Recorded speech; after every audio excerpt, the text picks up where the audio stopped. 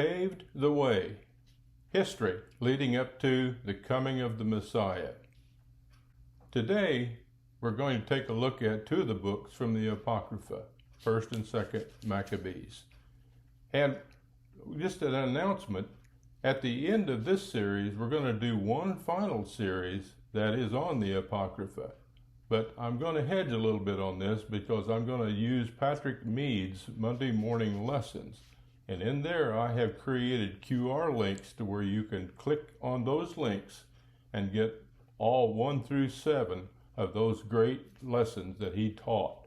So anyway, look forward to that, and we're going to finish up here. We're looking at this subject of the Maccabean. Previously, we spoke of the atrocities by Antiochus Epiphanes. And the reaction the Jews had stunned him. I mean, he was surprised. He thought, I'm the ruler, I'm supposed to be followed. It even surprised some of the Jews that he would do something like that. With the cultural overrun by the Greeks came a group, though, of pious Jews known as the Hasidim. This group was in need of a leader to rebel against these atrocities. One note about the pronunciation here. In the past, I know have mispronounced a lot of things, and that comes when most of my learning has come from books. You don't learn how to pronounce names in books. But anyway, I've looked up some of these, but I'm going to actually put the spelling up for each of you. So the Hasidim is where we started, and we pronounce that the way supposedly it's supposed to be done. The emissaries of Antiochus erected a pagan altar, though, at Modin. Modin's in the hill country of Judea, and the Jews were asked to come forward and sacrifice on that altar, that pagan altar. The aged priest Matthias refused, and another timid Jew feared reprisal, and he went to this pagan altar and made a sacrifice. Matthias slayed him, and then he destroyed the altar, and he fled to the hills with his 5 sons, and others joined him. And the revolt came to be known as the Maccabean Revolt, and it employed guerrilla tactics, guerrilla warfare, and that is a really an unusual thing. I actually, in my preparation to go into military service, studied guerrilla warfare, and the thing about it is, guerrilla warfare allows an understaffed, underscoped army to wreak havoc on an existing army. And they ran from their mountainous strongholds to attack these people that were in their country. Religious principles, though, kept them from attacking on the Sabbath, and it cost them dearly. We talked about this in a previous video. They were surrounded and slaughtered on the Sabbath, and Matthias adopted a principle that said fighting in self-defense is okay on the Sabbath. Don't know where he came up with that, but anyway, it sure was convenient. Soon, though, after the revolt, Matthias died, and upon his deathbed, he encouraged people to appoint his 3rd son as their leader, and he was Judas, known as the Hammer, more familiar as the Maccabee. And they were not taken seriously, and they were very successful at defeating their enemies. Antiochus realized he had a full-scale revolt on his hands here, but he was distracted in trouble in Egypt. He put Lysias in charge of an army of Syrian soldiers, plus Jews who wanted to be Greeks, Hellenized Jews. They favored the Greek rule. The Hammer attacked them at night and annihilated them. And he captured huge stores of provisions and took control of the road to Jerusalem. They moved to Jerusalem and took almost all of it. Now notice here, a note. He is transitioning from a guerrilla army to an in-place army. What do you think is going to happen? They restored the temple and removed all of the pagan articles.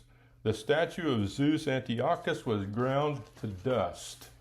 And the victorious army celebrated an 8-day festival known as Hanukkah, the Festival of Lights. There was a miraculous provision whereby the consecrated oil, there was just a small amount there, but it lasted the full 8 days. And that celebration, it's a festival that's still celebrated. And the celebration was a celebration of the temple being desecrated for 3 years, but now it was restored. But the victory was short-lived. Lysias marched to Jerusalem and defeated the Maccabees. Here he came. Now here we are, an in-place army taking on an in-place army. He learned that Antioch, the capital of Syria, though, was soon to be attacked. So he hurried and made a truce so that he could hurry to Syria. And religious worship of the Jews was restored, and all of the laws prohibiting the customs that had been made before were repealed. Judas the Hammer was not satisfied, but the Hasidim saw their objectives were met. So they're the ones that called this all at the beginning. And the Maccabee was outvoted, and Alcimus was installed as a high priest. But, as Judas feared, he had many members of the Hasidim put to death. Judas escaped from Jerusalem, and Hellenizing Jews, though, adopted a moderate attitude and won over many of Hammer's followers. Left with an ill-equipped army, Judas was killed by the Assyrian army, and the first phase of the Maccabean struggle came to an end. Judas's brothers, Simon, Jonathan, and Johanan, with several hundred Maccabean soldiers, though, fled across the Jordan. And they were viewed as outlaws, but many young Jewish men were attracted to their cause. Jonathan was able to succeed by diplomacy, though, when the Syrian throne was claimed by an impostor. Alexander Ballas was the impostor. Both sides, though, in Syria wanted to have an alliance with Jonathan, but Jonathan came to terms with this Ballas. Plus, he came to terms with Sparta and Rome. Jonathan ended up becoming the high priest and the governor of Judea. He was considered a part of the Syrian nobility. He died at the hand of a Syrian general, though, and his brother Simon succeeded him as the ruling high priest. Simon was advanced in years, though, when he took over this office, and Syria was still struggling with these two factors. One was looking to Demetrius II as king, and the other looked at Antiochus VI, a young boy, under the guardianship of Tryphon. Simon recognized, though, Demetrius as king, and in turn, he was granted full immunity from taxes. That was a pretty good deal, wasn't it? This was seen as an acknowledgement of Jewish independence to their way of thinking. The Hasidic party recognized Onias as the legitimate heirs to the Aaronic priesthood. But Onias, he went to Egypt. Finally, in recognition of the wise rule of Simon, they accepted him as their high priest. The act legitimized a new dynasty, which is known in history as the Hasmoneans. And this brought the office of the high priest to this non-Aaronic heredity. Remember, priests were supposed to be from the family of Aaron. Anyway, in 134 BC, Simon and 2 of his sons were murdered by an ambitious son-in-law. But a third son managed to escape. He was John Hyrcanus, and he succeeded his father as hereditary head of the Jewish state. Next time, we're going to focus on the Hasmonean dynasty and the coming of the Romans.